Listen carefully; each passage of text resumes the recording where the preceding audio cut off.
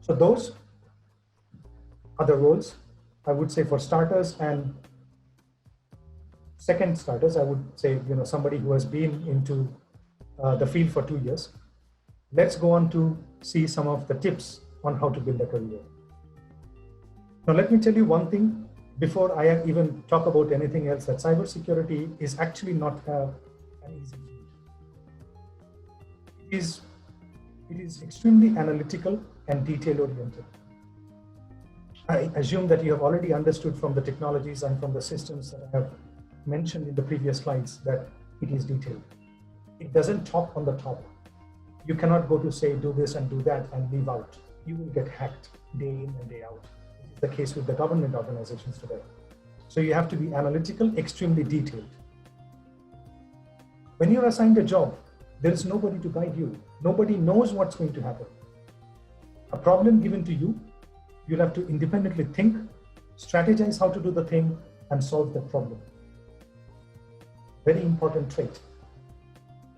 You have to be confident, self-directed, and proactive, meaning that you have to go to the internet. You have to find out, what could be the potential solutions. You have to read company literature. You have to read security bulletins. You have to keep yourself updated all along. Nobody is going to help you. It's a lonely fight, my friend. So you have to be proactive. And finally, you have to be a continuous learner. And I mean this seriously, meaning that a lot of people say, we are always doing continuous learning. Continuous learning doesn't mean that you've taken gardening as your hobby during the COVID times. No, it's difficult. It needs continuous learning, serious learning. When it comes to learning, what do you learn? You learn about coding. Pretty sure you're already learning about coding in your college, so I don't have to reiterate that. But some of the things that you can learn more are configuring systems. Learn to configure any kind of system. It could be a server, it could be an application, it could be a solution, do anything. Configure a system, look into the configurations, look into the security configurations. That will give you an idea about how the whole security is evolving. You learn about system internals, you find out the nitty-gritties. You go and find out the architecture of the system. You find out what are the layers that the system is working on. You know about the ISO OSI layers, right? The network layers. So these are the same layers, the TCP/IP layers. You find out what protocols exist. One of the biggest hacks in today's environment is because of the protocols. We use a lot of protocols that are vulnerable. And because of those vulnerable protocols, the messages that are sent using those protocols can be seen or can be deciphered in the internet. So learn about those protocols. And finally, the core thing, learn the security concepts, both attack and defense. How to attack a system, how to break it, and how to defend it, both.